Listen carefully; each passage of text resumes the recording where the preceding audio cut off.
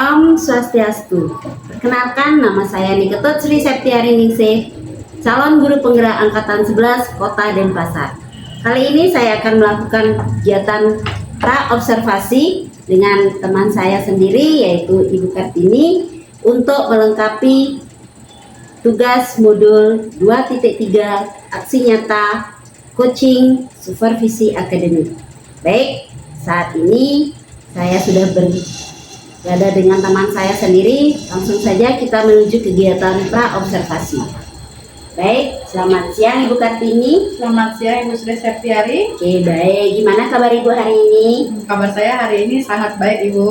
Oke, baik. Hari ini saya akan melakukan pra-observasi ya, sebelum Ibu melakukan kegiatan pembelajaran di kelas. Jadi tujuannya ketika nanti Ibu melakukan kegiatan pembelajaran di kelas, saat saya observasi, jadi Ibu bisa lebih siap, kemudian bisa percaya diri tentunya saat kegiatan pembelajaran nanti. Nah, terkait hal itu ada beberapa hal yang harus saya pertanyakan dengan kegiatan pembelajaran nanti.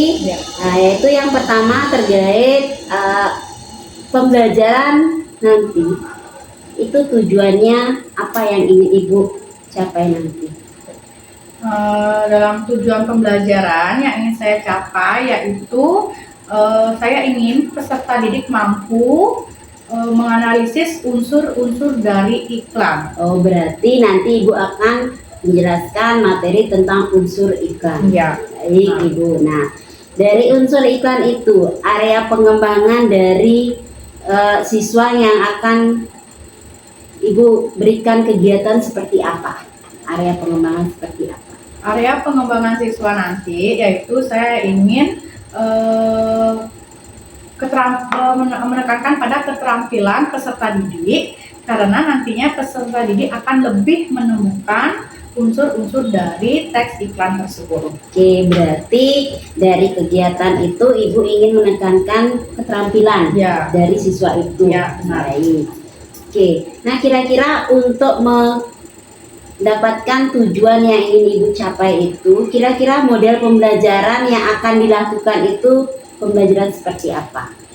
Proses pembelajaran atau model pembelajaran yang saya terapkan pada siswa yaitu saya ingin menerapkan model pembelajaran problem based learning. Oke, problem based learning berarti berbasis masalah ya. Benar. Oke, tentunya ada beberapa sintak dari proses pembelajaran PBL itu. Benar. Baik, Ibu. Kemudian kira-kira strategi yang akan diterapkan di kelas untuk menerapkan pembelajaran iklan tersebut seperti apa, Ibu? Strategi yang ingin saya tekankan atau yang akan lebih mengedepankan pada pembelajaran yaitu saya ingin menekankan pada berdiferensiasi. Oke, proses pembelajaran yang berdiferensiasi. Iya, benar. Oke. Nah, kira-kira dari proses pembelajaran diferensiasi kan ada 3 itu Bu ya. Dari diferensiasi proses, kemudian diferensiasi produk, kemudian diferensiasi konten. Nah, dari ketiga itu yang mana ingin Ibu capai? Dari ketiga itu ada 2 yang ingin saya capai, yaitu yang pertama proses, yang kedua konten. Oke, yang pertama itu proses, yang kedua itu konten. Nah, kira-kira dari berdiferensiasi proses seperti apa prosesnya Ibu? Nah, jika pada proses yang lebih saya tekankan itu ya adalah gaya belajar siswa. Oke, gaya belajar itu yang terdiri dari visual, auditori, sama kinestetik. Jadi kalau visual itu dengan cara melihat manusia. Oke, baik Ibu. Nah, dari gaya belajar itu ada 3. Nah, sekarang itu proses. Sekarang dari kontennya. Untuk dari konten, nantinya peserta didik akan saya berikan iklan yang berbeda-beda pada setiap peserta didiknya. Di mana mereka akan mencari iklan dan ada yang dari internet dan juga ada yang dari media cetak. Oke, jadi kontennya itu bervariasi ya Bu ya. Jadi ada yang berasal dari internet, baik itu YouTube baik itu iklan, berarti poster, majalah dan lain sebagainya Bu. Baik. Nah, setelah Ibu menerapkan proses atau strategi seperti itu, jadi berdiferensiasi. Nah, nanti bagaimana caranya Ibu membuat penilaian? Bagaimana cara Ibu untuk menilainya?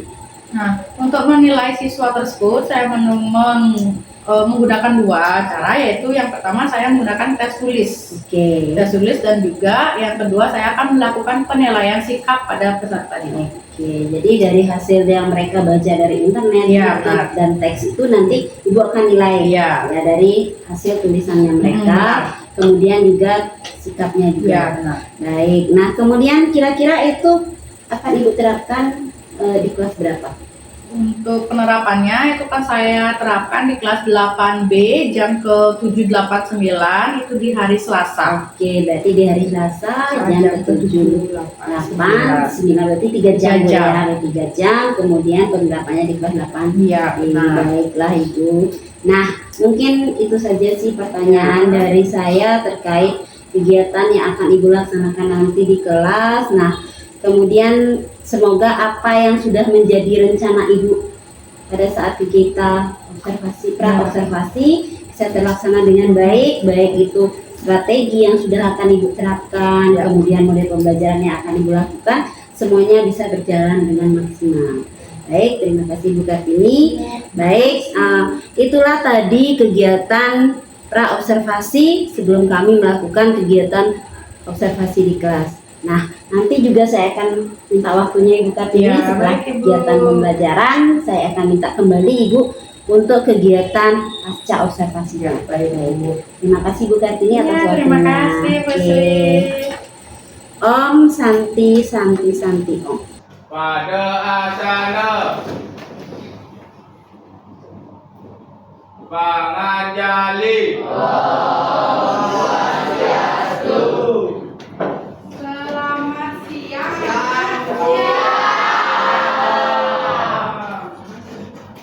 Sebelum Ibu mulai pelajarannya, Ibu absen dulu ya. Saya tidak sekolah hari ini.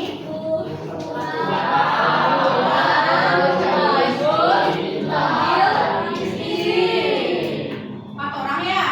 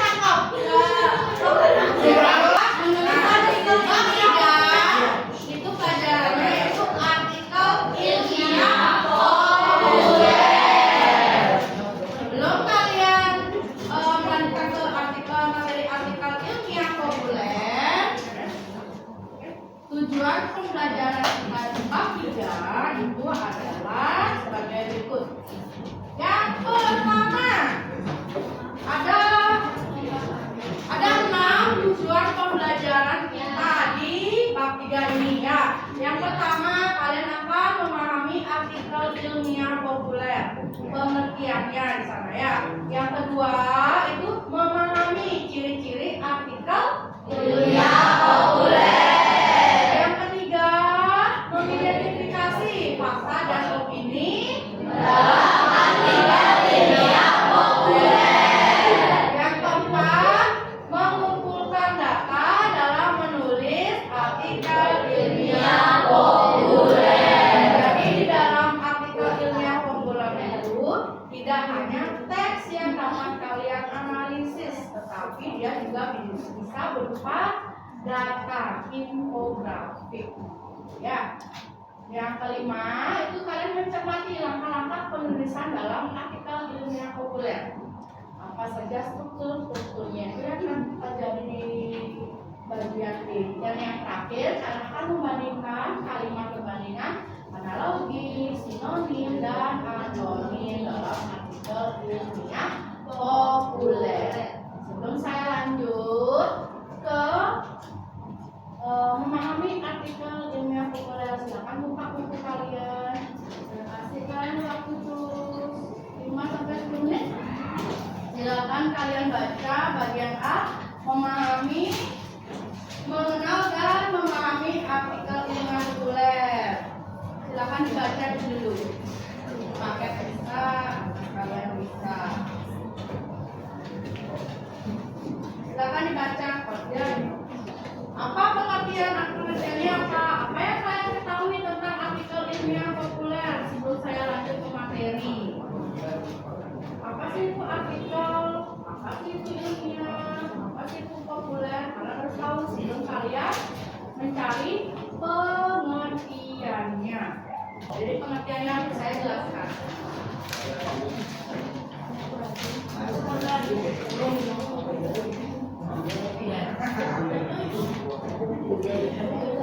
Dah. Belum. Kita ketemu ketiganya tuh.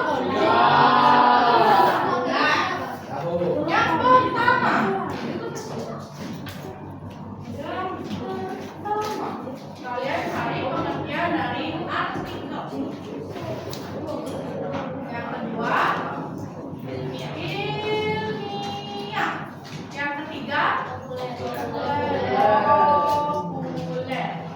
Siapa yang bisa? Saya berikan penjelasan tentang artikel.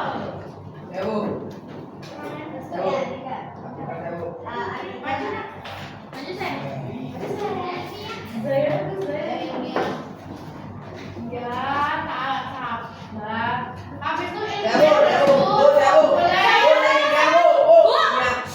ilmiah restu populer. Ayo.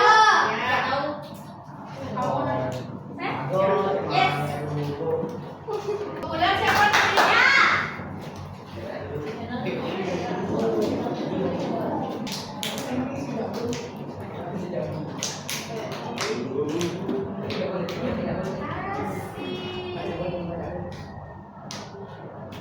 Setelah kalian mengetahui pengertian dari setiap kata-katanya, coba kalian cari apa sih itu artikel ilmiah populer. Dilihat dari ketiga pengertian menggunakan bahasa Indonesia yang mudah dipahami dan dimengerti. Salah apa benar? Sebuah karya tulis. Habis itu ilmiah. Ilmiah itu adalah bersifat ilmu atau mengandung ilmu. Yang kedua ada populer. Populer di sini merupakan sesuai dengan kebutuhan masyarakat pada umumnya, mudah dipahami orang banyak. Habis itu lanjut. Setelah kalian mengetahui ketiga kata-kata tersebut, kalian membuat pengertiannya. Jadi kesimpulannya adalah artikel ilmiah populer itu merupakan karya tulis yang mengandung ilmu pengetahuan dan ditulis dengan bahasa Indonesia yang ringan serta mudah dipahami. Saya akan membagikan kalian ciri-ciri dalam artikel ini. Jadi sudah mendengarkan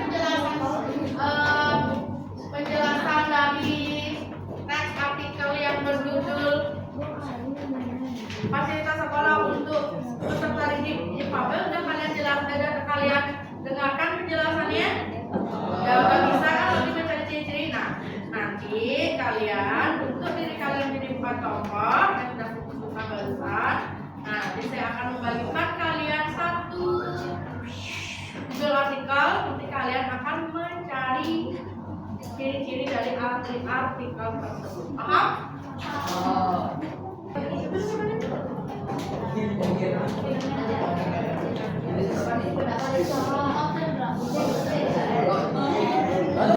Baik, selamat pagi, mohon izin Ibu PP. Jadi kali ini saya akan melakukan kegiatan pasca observasi.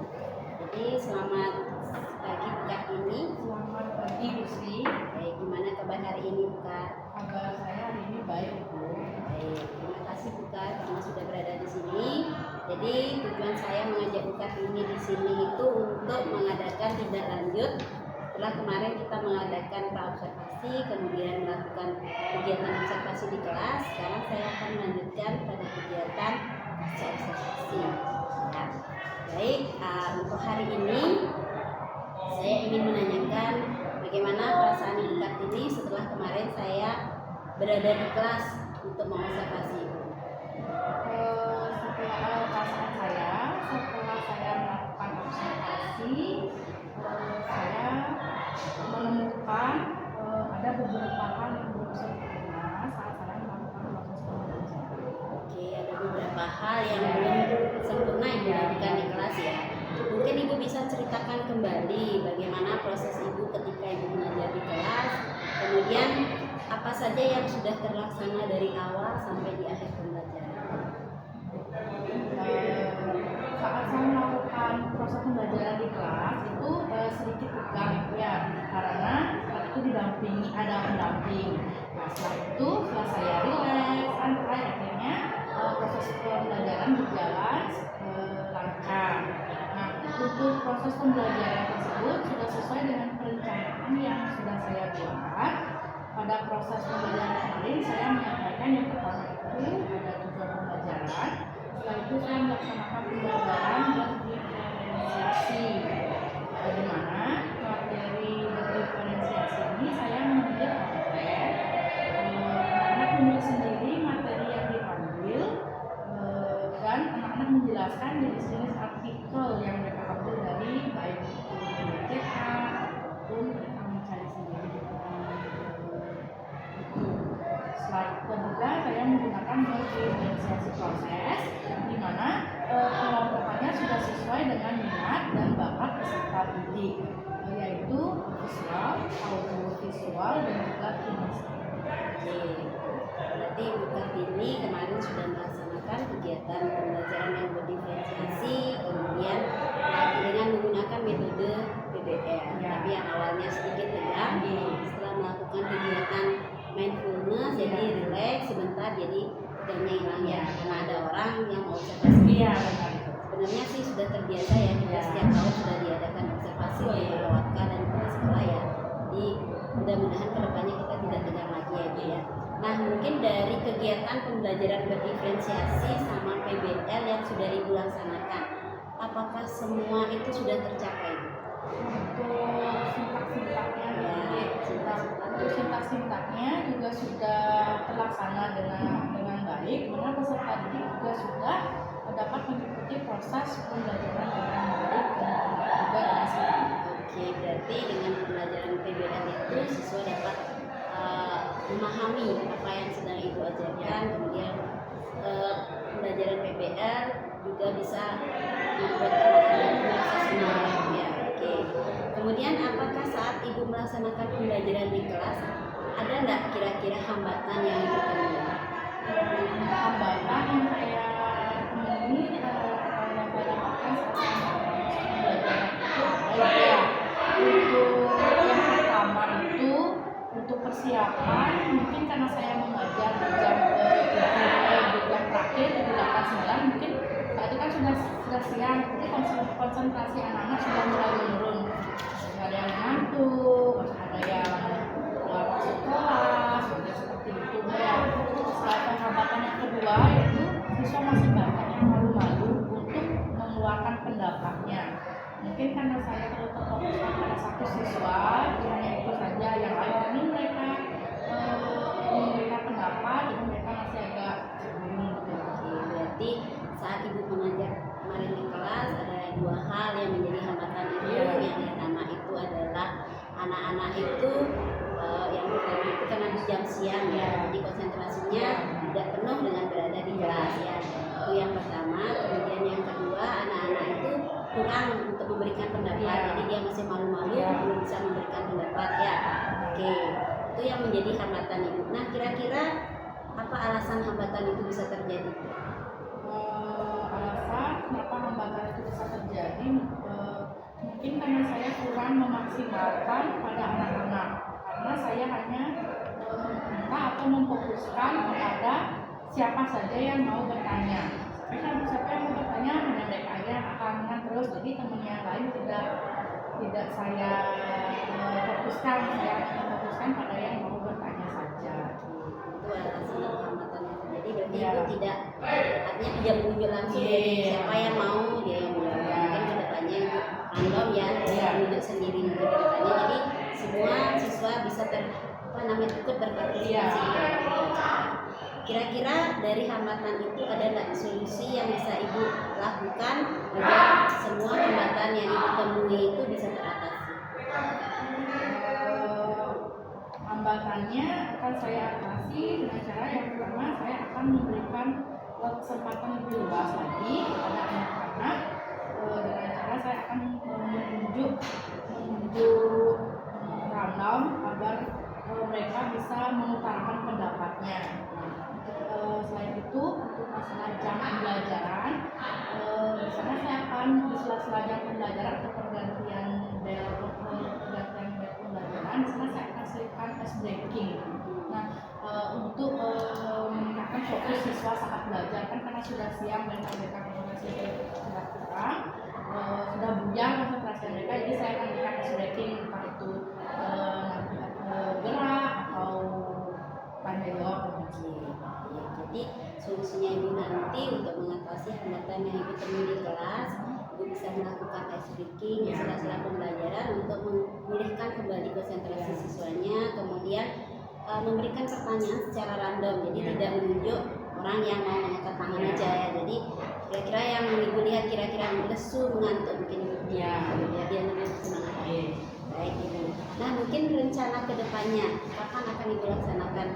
Rencana saya akan melakukannya itu di pertemuan berikutnya, sudah bisa diterapkan dari hasil observasi pertemuan. Berarti ibu akan melaksanakannya nanti ya. Jadi setelah kita melakukan kegiatan observasi, jadi ibu mengetahui di mana kekurangannya akan mencari solusi yang terbaik buat anak-anak kita ya. Baik Ibu Kartini, jadi kegiatan bahasa observasi kita cukupkan dulu sampai di sini. Terima kasih banyak karena sudah berada di sini bersama saya. Oke, terima kasih.